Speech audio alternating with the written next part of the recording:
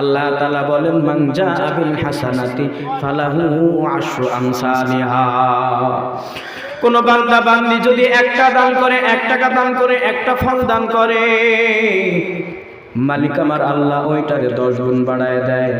যদি 10 গুণ হয় তাইলে আমি তো আজকে একটা আনার ফল দান করেছি, যদি 10 গুণ হয় তোমার মাথার ঝুড়ির এই আনার ফল 9টা হবে না, বরঞ্চ 10টাই হবে। বলেন সুবহানাল্লাহ।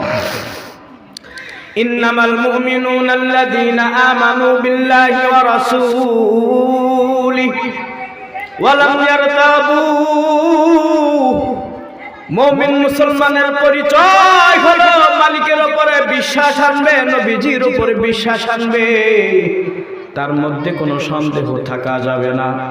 ওয়ালাম ইয়ারতাবু, হযরতে আলীও ঈমান আনছেন, এমন ঈমান আল্লাহ এবং আল্লাহ রাসূলের প্রতি এমন আস্থা আছে। ওয়ালাম ইয়ারতাবু, সে কখনোই কোনোভাবেই সে সন্দেহ পোষণ করে নাই। এই জন্য বলতেছে মালিকের ওয়াদা, কেউ যদি 1টা দান করে আমি 10টা দান করি। সুতরাং সালমান ফার্সি, তুমি আমার জন্য 9টা আনছো, এটা আমার বাড়ির জন্য নয়। ওই মালিক যদি 1টা আনার বদলা মানে দেয়, 10টাই দেবে, 9টা না। সালমান ফার্সি বগলের ভিতর হাত উঠাইয়া, চাদরের ভিতর থেকে, বগলের ভিতর থেকে হাত বের করে বলতেছে, আলী, আল্লাহ রাসূল তোমার জন্য 9টা পাঠায় নাই, তোমার জন্য 10টাই পাঠিয়েছে। কিন্তু তোমার জন্য কেন 10টা পাঠাইলো, এর হিকমতটা কি আমি জানার জন্যই, তোমার মুখ থেকে হিকমতটা বের করার জন্যই 1টা আনার লুকিয়ে রাখছি, যেন তুমি স্বেচ্ছায় তোমার আজকের নেক আমলের কথাটা প্রকাশ করো। বলেন আল্লাহ রাসূল বলেন, as-সাদাকাতু তারুদ্দুল বালা। দুনিয়ার হায়াতে কেউ যদি সদকা করে, দান করে, খায়রাত করে, দুনিয়ার হায়াতে 2টা ফায়দা। 1 নম্বর হলো কোনো বান্দা, কোনো বান্দি যেই নিয়াতে দান করবে, আল্লাহ তাআলা তার মনের নেক আশা বাসনা পুরা করে দেয়। এইটা হলো দুনিয়ার লাভ। আর একটা লাভ হলো আল্লাহ তাআলা বলেন মান জাআ বিল হাসানাতি ফালাহু আশরু আমসালিহা। দুনিয়ার হায়াতে যারা 1টা নেক আমল করবে, বাবা 1টা নেক আমল করবে, মালিক আমার আল্লাহ ডাক দিয়ে বলেন, 1টা নেক আমল করলে আমি রব ওইটাকে 1 গুণ নয়, 2 গুণ নয়, আমি 10 গুণ বাড়ায় দেয়। জোরে বলেন সুবহানাল্লাহ। মালিক আমার আল্লাহ এই যে অফার দান করেছেন, এর চাক্ষুষ প্রমাণ রয়েছে হযরতে ফাতেমাতুজ জাহরা রাদিয়াল্লাহু তাআলা আনহা। গরিব মানুষ, অর্থ নাই, সম্পদ নাই, টাকা পয়সা নাই, দীর্ঘদিন অসুস্থ, জ্বরের কারণে ফাতেমা রাদিয়াল্লাহু তাআলা আনহা কিছু খেতেও পারে না। প্রাণের স্বামী আলী যখন বাড়িতে প্রবেশ করেছে, স্বামীকে ডাক দিয়ে বলতেছে, স্বামী, আমিও জানি আপনার কাছে কোনো সম্পদ নাই, কোনো টাকা পয়সা নাই, আমি আমার কাজের 1টা অংশ বাঁচিয়ে বাঁচিয়ে আপনাকে কিছু দিলাম টাকা, এই টাকা দিয়ে বাজার থেকে আমার জন্য 1টা আনার ফল নিয়ে আসবে। প্রাণের স্বামী গরিব মানুষ হযরতে আলী বিবির হাত থেকে টাকা নিলেন, বাজারে গেলেন, মাত্র 1টা আনার ফল ক্রয় করেছেন। আনার ফলটা যখন ক্রয় করে বাড়ির দিকে আসতেছেন, বাড়িতে আসার পথে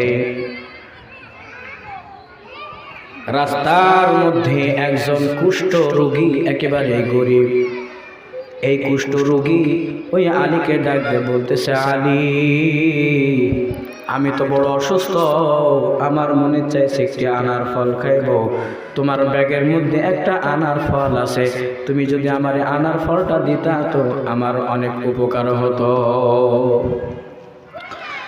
হযরতে আলী সে তো নবীর সাহাবী, আমার আপনার মালিক ডাক দিয়ে বলে, ও আম্মাস সাইলা ফালা তানহার, হে মুমিন বান্দা বান্দি, তোমাদের 1টা গুণ হলো ওয়া আম্মাস সাইলা ফালা তানহার, যদি কোনো ব্যক্তি তোমার কাছে কোনো কিছু চায়, খবরদার তুমি তাকে ফিরাইয়া দিও না, খবরদার তুমি তাকে ধমক দিয়া তাড়াইয়া দিও না। এই গুণের অধিকারী হলেন আল্লাহ রসুলের সমস্ত সাহাবা। হযরত আলী চিন্তা করলেন, আমার বিবি ফাতেমা অসুস্থ, তার অর্জিত সম্পদ কিছু টাকা আমার হাতে দিয়েছিল বাজার থেকে একটা আনার ফল কেনার জন্য আমার বিবি খাবে, কিন্তু আমার ব্যাগের ভিতরে একটা আনার ফল আছে। আমার বিবি কেমন করে জানলো? আমার বিবি যে একটা আনার ফল কিনতে বলছিল ব্যাগের ভিতরে আছে, এই ফকির এই কুষ্ঠ রোগী কেমন করে বুঝলো? তারপরেও হযরতে আলী রাদিয়াল্লাহু তাআলা আনহু ব্যাগের মধ্য থেকে অর্ধেক আনার ফল কেটে ওই কুষ্ঠ রোগীকে দান করলেন। এই কুষ্ঠ রোগী যখন আনার ফলের অর্ধেক খাইলেন, মালিক আমার আল্লাহ এমন রহম করেছেন, আনার ফলের অর্ধেক খাওয়ার সাথে সাথে কুষ্ঠ রোগীর শরীরটা অর্ধেক ভালো হয়ে গেছে।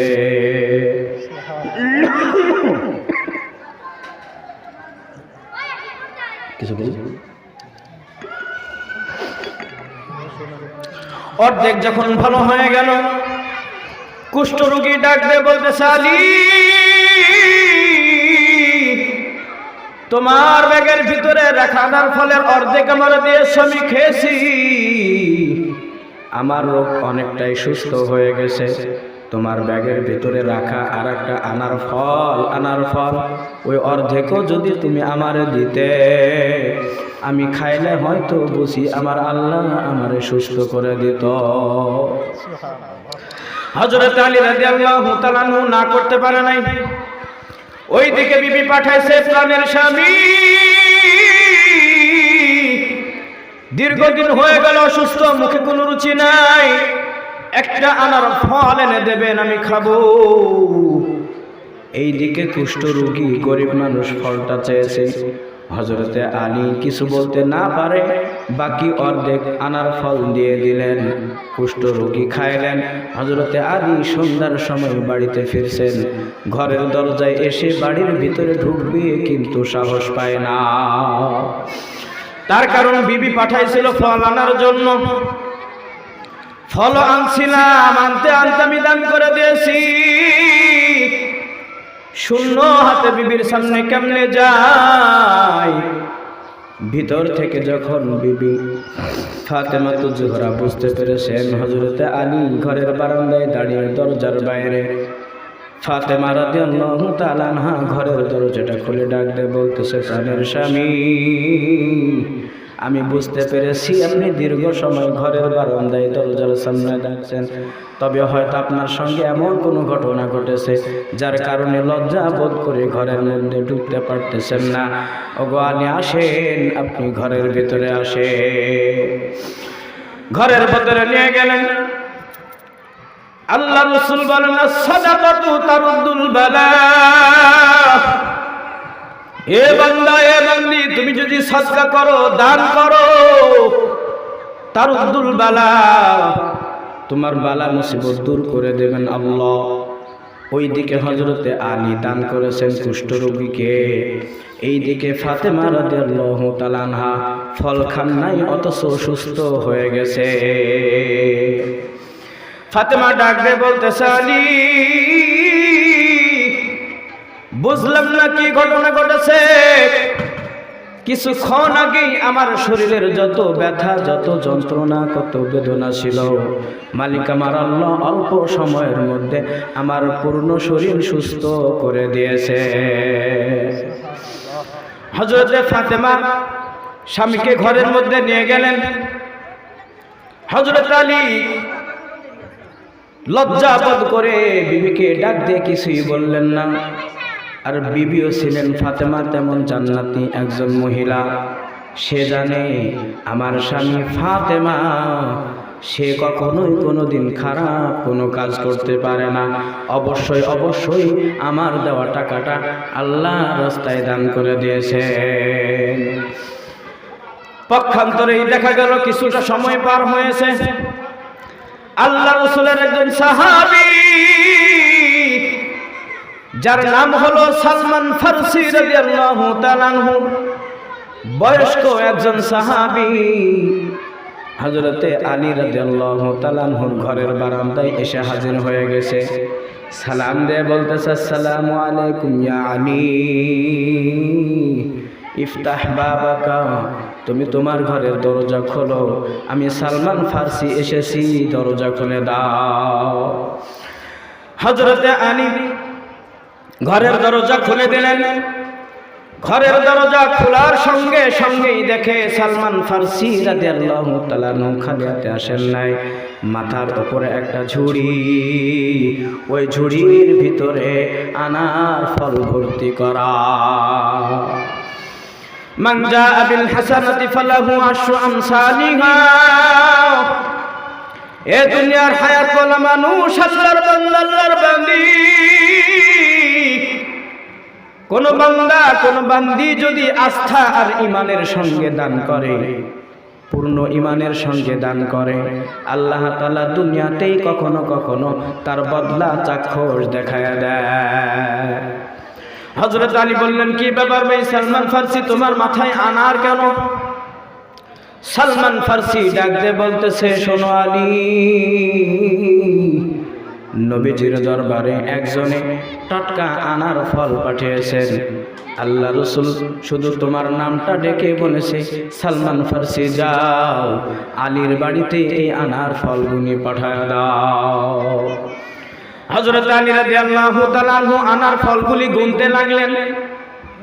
একটা, দুইটা, তিনটা, চারটা, পাঁচটা, ছয়টা, সাতটা, আটটা, নয়টা, নয়টার পরে আর 10টা হয় না।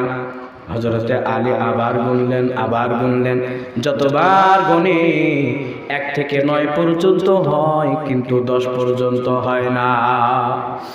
হযরত আলী ডাক দিয়ে বললেন, সালমান ফারসি কি ব্যাপার? আমি যে 8টা আনার ফল দেখতেছি, 9টা আনার ফল দেখতেছি, নবী আমার হয়তো তোমার দ্বারা পাঠাইছে ফলগুলি আমার বাড়ির জন্য নয়, এটা অন্য কোন বাড়ির জন্য পাঠাইছেন। তুমি হয়তো আমার বাড়িতে ভুল করে নিয়ে আসছে, ফলগুলি আমার না। হযরতে সালমান ফারসি ডাক দিয়ে বললেন, ও আলী, তুমি কেমন করে বুঝলে এই ফলগুলি তোমার না? হযরত আলী রাদিয়াল্লাহু তাআলা আনহু বললেন, শোনো, সকালবেলায় আমার বিবি ফাতেমা অসুস্থ থাকার কারণে সে আমারে কিছু টাকা দিয়েছিল বাজার থেকে একটা আনার ফল আনার জন্য। আনার ফলটা আনতে আনতে রাস্তার মধ্যে আমি একজনের দান করে দিয়েছি। সুতরাং আল্লাহ তাআলা বলেন, মান জাআ বিল হাসানাতি ফালাহু আশরু আমসালিহা। কোন বান্দা বান্দি যদি 1টা দান করে, 1 টাকা দান করে, 1টা ফল দান করে, মালিক আমার আল্লাহ ওইটারে 10 গুণ বাড়ায় দেয়। যদি 10 গুণ হয়, তাইলে আমি তো আজকে 1টা আনার ফল দান করেছি, যদি 10 গুণ হয়, তোমার মাথার ঝুড়ির এই আনার ফল 9টা হবে না, বরঞ্চ 10টাই হবে। বলেন সুবহানাল্লাহ। ইন্নামাল মুমিনুনা আল্লাযীনা আমানু বিল্লাহি ওয়া রাসূলিহি ওয়া লাম ইয়ারতাবু। মুমিন মুসলমানের পরিচয় হলো মালিকের উপরে বিশ্বাস আনবে, নবীজির উপরে বিশ্বাস আনবে, তার মধ্যে কোনো সন্দেহ থাকা যাবে না। ওয়ালাম ইয়ারতাবু, হযরতে আলীও ঈমান আনছেন, এমন ঈমান, আল্লাহ এবং আল্লাহ রাসূলের প্রতি এমন আস্থা আছে, ওয়ালাম ইয়ারতাবু, সে কখনোই কোনোভাবেই সে সন্দেহ পোষণ করে নাই। এই জন্য বলতেছে, মালিকের ওয়াদা, কেউ যদি 1টা দান করে, আমি 10টা দান করি।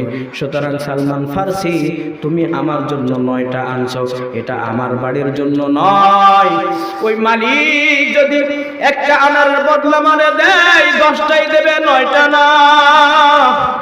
সালমান ফারসি বগলের ভিতর হাত উঠাইয়া চাদরের ভিতর থেকে বগলের ভিতর থেকে হাত বের করে বলতেছে, আলী, আল্লাহ রসুল তোমার জন্য 9টা পাঠায় নাই, তোমার জন্য 10টায় পাঠিয়েছে, কিন্তু তোমার জন্য কেন 10টা পাঠাইলো?